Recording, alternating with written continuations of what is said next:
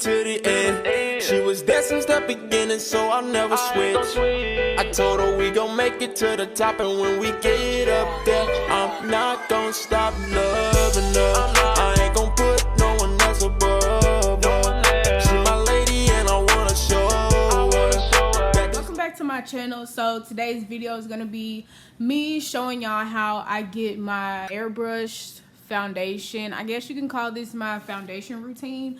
So if you want to see how I got this look, keep on watching. Since this tutorial is more focused on the face, I went ahead and I already did my brow. So I use this Rimmel Stay Matte primer. Well, you don't have to remember the name, you just have to remember that it's Rimmel and it has a purple lid.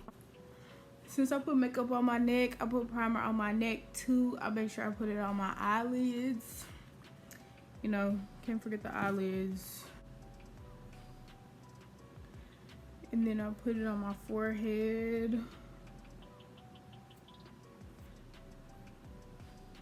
I mainly focus on my T-zone because, you know, that's the place where most people get oily. I have really dry skin, but if I don't do this technique, then my skin will get oily. I'm gonna wait a few minutes so my primer can sit and kind of like soak into my skin, and when I come back, you'll be able to see that I have a kind of a white cast almost on my face, and that just means that the primer's done soaking. I don't know. So now y'all can see that I have that little white cast on my face. So now it's time, well, it's not quite time to put on foundation yet, but before we put on foundation, I use this Airspun loose face powder in the color translucent. Translucent powder doesn't really look good on black girls, but I don't use this on top of my foundation. I use it under my foundation, and I use this really beat up Real Techniques beauty blender to do so. I go for my T-zone first, and then I just I put it on there. I try not to put so much powder on there because on my other tutorials one of my friends was like, why do you put so much powder on your face? So I kind of make sure it's like a sheer layer now. And also put it on my neck too.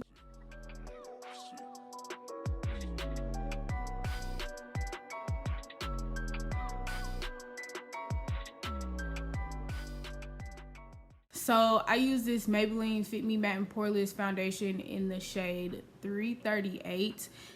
And to begin with, I just put on the back of my hand a brush, like just a regular foundation brush, and I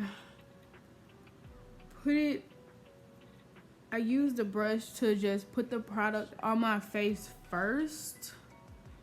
I don't put it on there all at the same time. I do left, right, neck, forehead, basically. So after I use my brush, I took a beauty blender and I blend from the middle of my face outward, because it makes you look less cakey if you put the most product in the middle of your face and then blend out, versus if you just paint your whole face.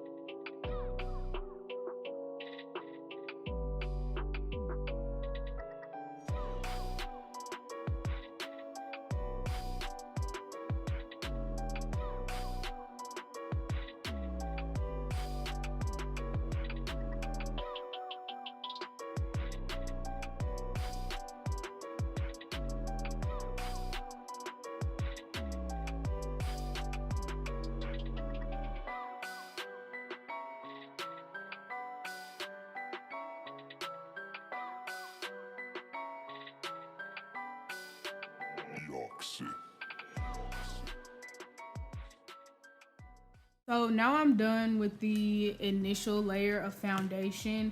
So now I'm just gonna put a little bit more on the back of my hand. If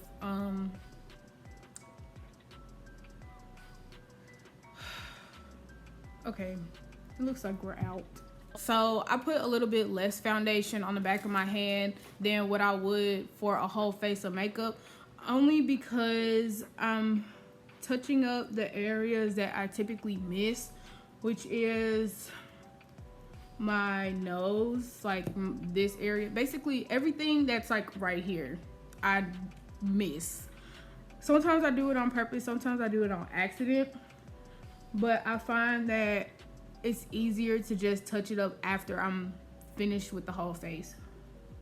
So I put some on the crevices of my nose, I put some around my mouth. I just make sure you can't see any red underneath, because as y'all saw in the beginning of the video, like my skin gets red for no reason. And this is my actual shade of foundation, but my face is red all the time for no reason. So I just do that extra layer to cover up that red.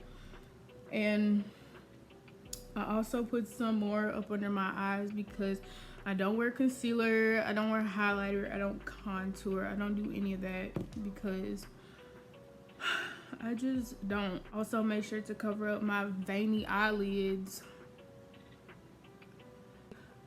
You can see that, like, oops.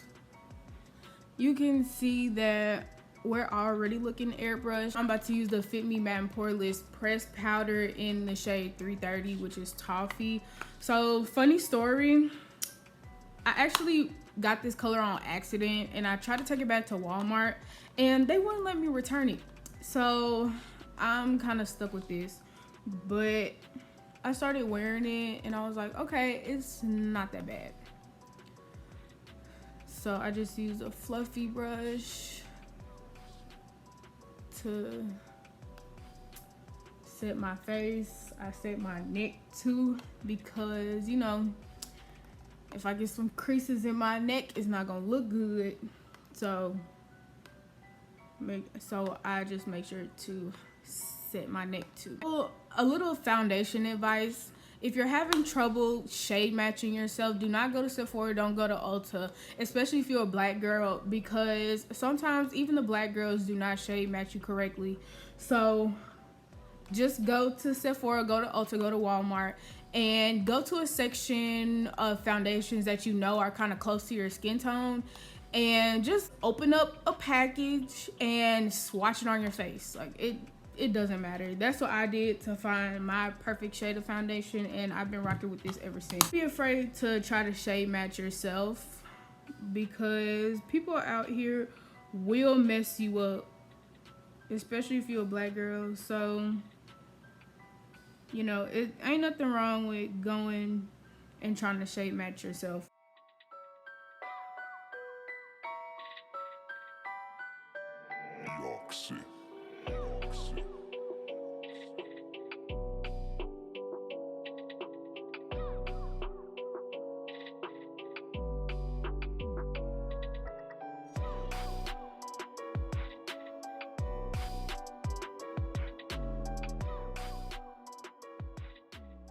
The finished product. I put on some lashes and some lip gloss like I always do, and these are some new lashes from Amazon. If you like them, I'll link them down below for y'all, so you don't have to go finding them. I think these kind of remind me of like Yzma lashes, and I think I'm gonna stack them because I'm not used to lashes being this thin.